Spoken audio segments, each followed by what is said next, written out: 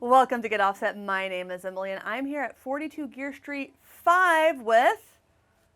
My name is Emily, and I'm from Get Offset. I'm Adam Steele. Hello, everybody. And I'm Bad Kids from Germany. I'm Bad Kids from Germany. I don't have a laugh mic. I forgot about that. Yeah.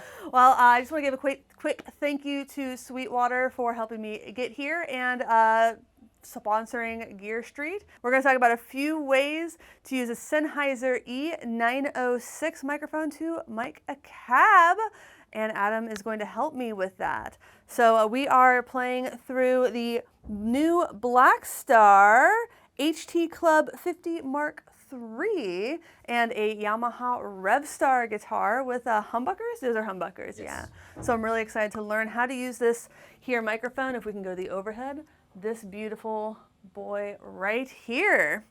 So what can you tell us about this mic? Well, for a start, it's a dynamic mic, which means it doesn't need powering, so you can plug it straight into any interface and just go.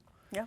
And it's a flat kind of profile, which on stage is great because you can have it to the side and there's a lot less chance of it being kicked, which on a small stage, we've all seen it.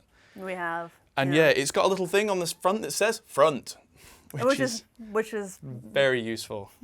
Per the last video, someone was telling me I had it on the amp backwards, and I thought, I don't think I do. So, all right. Yeah, it's got quite a bright kind of profile to it as well, so if your amp isn't particularly bright, it can bring that out really quickly, which is a double-edged sword.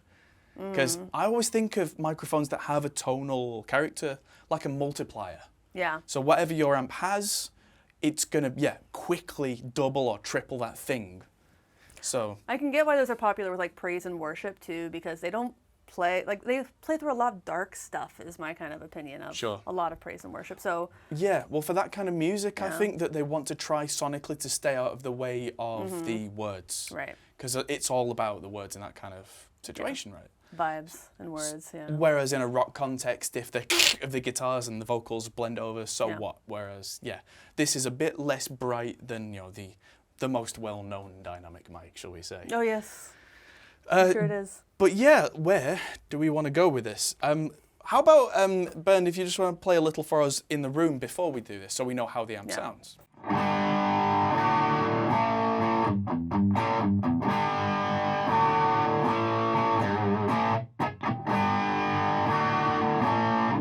All right. So it's a good old classic rock tone, right? Yeah, for sure. From where we're stood, it doesn't sound very bright. It sounds quite kind of chunky and mid-rangey. So my first piece of advice before you even put a microphone on a cab is get your head on level with the speaker because it's almost always way brighter than you think it is. So I'm going to do that quickly. Just try it.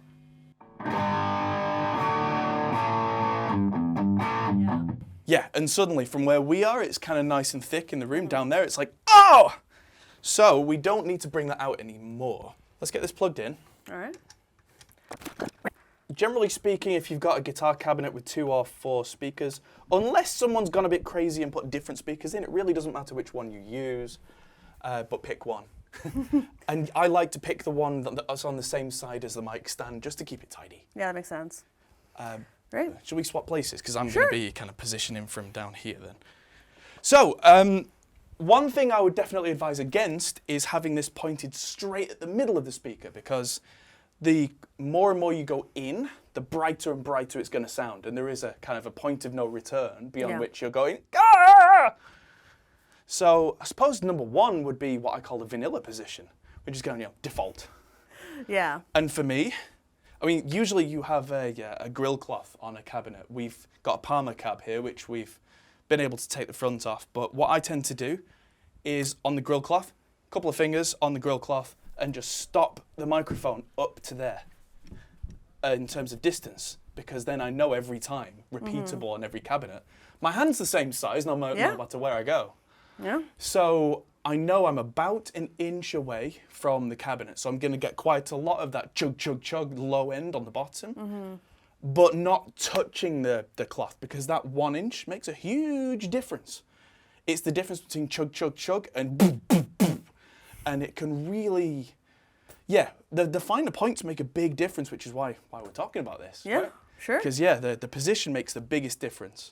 So my vanilla position from there is I get my head right in front of the speaker, and I position it, and it'll be hard to see on the camera, I guess, but It is quite the view on the camera. yes, hi everybody. Yeah, I position it right between the two little blobs on the speaker, which are actually the wires that connect the voice coil, which is the bit that kind of throws the speaker around, to the cable in the outside world.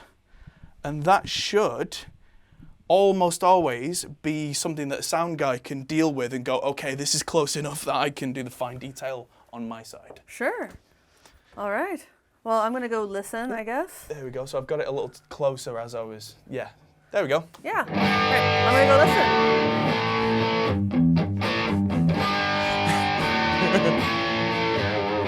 Thank you.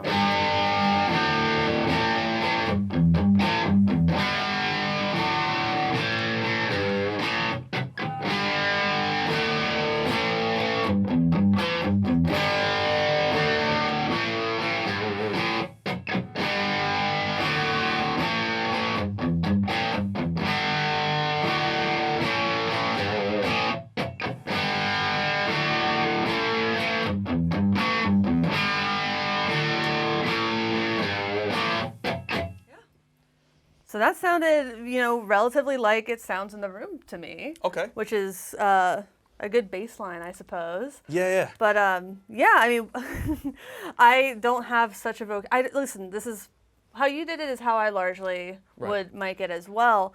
So that's just what I'm used to kind of hearing. There are reasons why it's become the default. I mean, a lot of rock records and pop records have that positioning as the kind of the default. So we've got used to how it sounds. Yeah. And also, it's close enough to the cabinet that other sounds in the room don't tend to bleed in, which especially in live sound that's the goal, right? Yes. Because you don't want to be trying to pull up the faders as a sound guy and the guitar's just all bass or whatever. So yeah, that's the kind of the go-to. Yeah, it felt balanced. Right. Yeah. And the rest of it, if you want to change from there, it's more a response to the guitar player and their sound, I find. Like, I mean, that's a classic British, AC/DC-ish rock sound. Yeah, for sure. Let's say it was someone like with a super clean Fender-ish thing. That's going to be bright as all hell. I mean, this Blackstar can do that too. So how about if we switch to clean?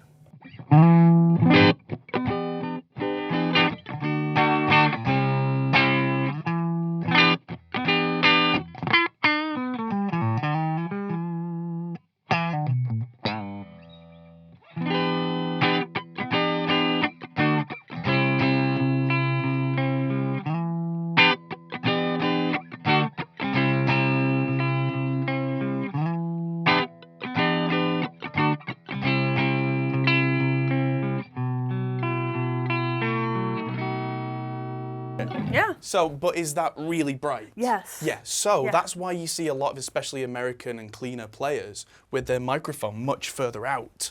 So you'll see it almost at the edge like that. That's going to have made a huge difference. And if that's now too boomy on the low end, I'm going to pull it back by an inch or so.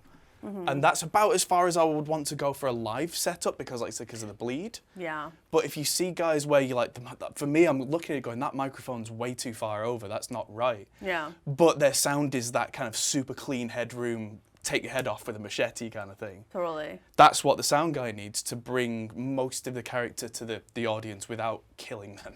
Sure. Totally. So let's see how that sounds in this new position, which is a little further out and a little further over, a lot further over. I'm almost at the edge there. Yeah. So let's hear the difference. That's going to be a big one.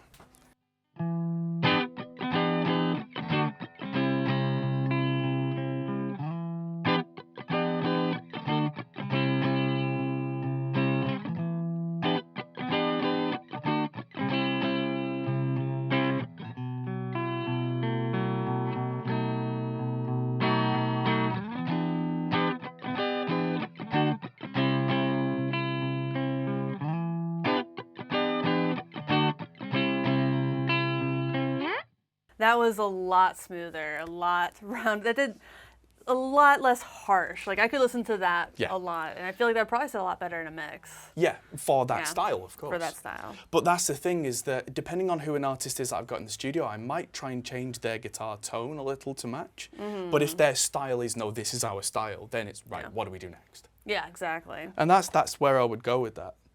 Great. I guess number 3 is more of a studio thing for me, which is starting to bring in the overall amp and the overall sound. And that's just starting to pull away. Sure.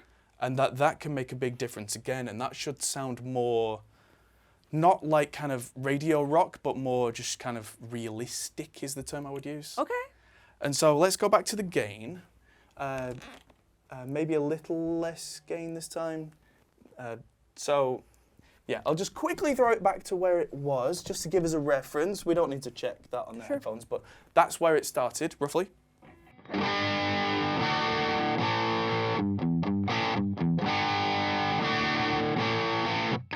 Cool.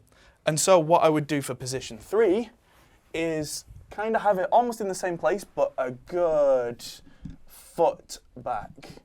And just again, between those two blobs, just at the edge of the cab. Because that, the way that I think about it backwards. I think about the pickup from the microphone as a bubble. And the bubble grows the further away you get and starts to pick up more and more and more. And then you can think about microphone patterns. This is a cardioid, so the bubble gets bigger at the front, but doesn't really get bigger at the back. Right. With a figure 8, both the bubbles grow, all that kind of thing. So that's how I think about miking things up when it gets complicated. Sure. But that means now, from a foot away, that bubble's grown to where I'm getting the whole speaker. Yeah. Totally. And so you get the whole sound. And if it's a great sound, there you go. Yeah. It's just Then it's a great sound. It's yeah. picked up the whole sound. Whereas if it's only a great sound from this spot, that's when you start getting close. Yeah. And going, okay, well, let's find that sound. Yeah, for sure. But yeah, let's hear it with the overall. It will be a little quieter, so we'll probably have to push it up a little in post. Okay, sure. Because being further away, you're losing some volume. Yeah, totally.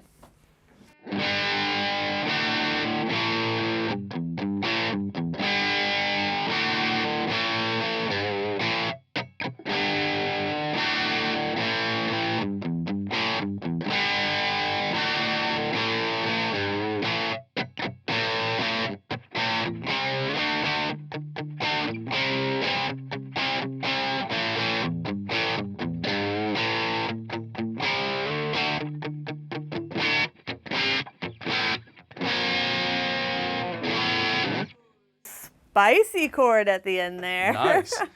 Yeah, that sounded like the amp sounds. It wasn't too bright, it wasn't too dark either, which would be my worry having it that far away, Well, something I've learned as an engineer is the further away you get, the high end doesn't change. Okay, that's good to know. Because, when I put my head in front of the cabinet, 3 feet away, it's still bright. Yeah, it is. Because all the sound from especially a closed cabinet fires directly forward. Yeah, that's a good point. So the low end, because of the proximity effect on the mics, does change, but the high end doesn't. Would that change if it was an open back? Like, would that change your willingness to put that far away? Maybe, but at that point I might be blending in a second microphone to get some low end back. Sure. But that's when we start getting into the complicated, kind of playing the game. But Yeah. for me, it's all a reaction. Where it's a bit weird for me today that I've been kind of using my experience and then you've been hearing it. Yeah. What I would tend to do is use that position 1 that we did with the tone that I like from the amp, and then see where I'm at. Yeah. And then refine it. That's what I would do, and use Yeah. it as a process. And then I just know the things like moving further in makes it brighter, out's darker, further away is less low end but more realistic. Yeah. So I just take stock and then I go, okay, what am I missing? What do I want to change? Yeah. And then from there it's just, I had a starting point. Sure. Where do we go? Yeah, it just seems like the takeaway is really to just use your ears and not be afraid to make those small adjustments and kind of understand you might not get it right the first time. Yes, you almost definitely won't. Yeah. But that's okay, because the frame of reference, that position 1 that I used, that I call vanilla, I go from there and go, okay, I know this isn't right, but why? Yeah, that's good to know. Great, well, thank you so much, Adam, and thank you to everyone here at 42 Gear Street, everyone running the cameras. This has been such an incredible event. This is the good looking footage I may ever get in my YouTube career. Amazing. Thank you again to Sweetwater. I'll have links to everything featured in this video in the product, in the video description. But especially thanks to Sweetwater, because without them I wouldn't be here. Without them I wouldn't have an e906 by Sennheiser. So again, thank you for watching. Thanks for understanding. I'll also have links to the other channels below. But until next time, please like, comment, subscribe. Until next time, my name is Emily. Goodbye.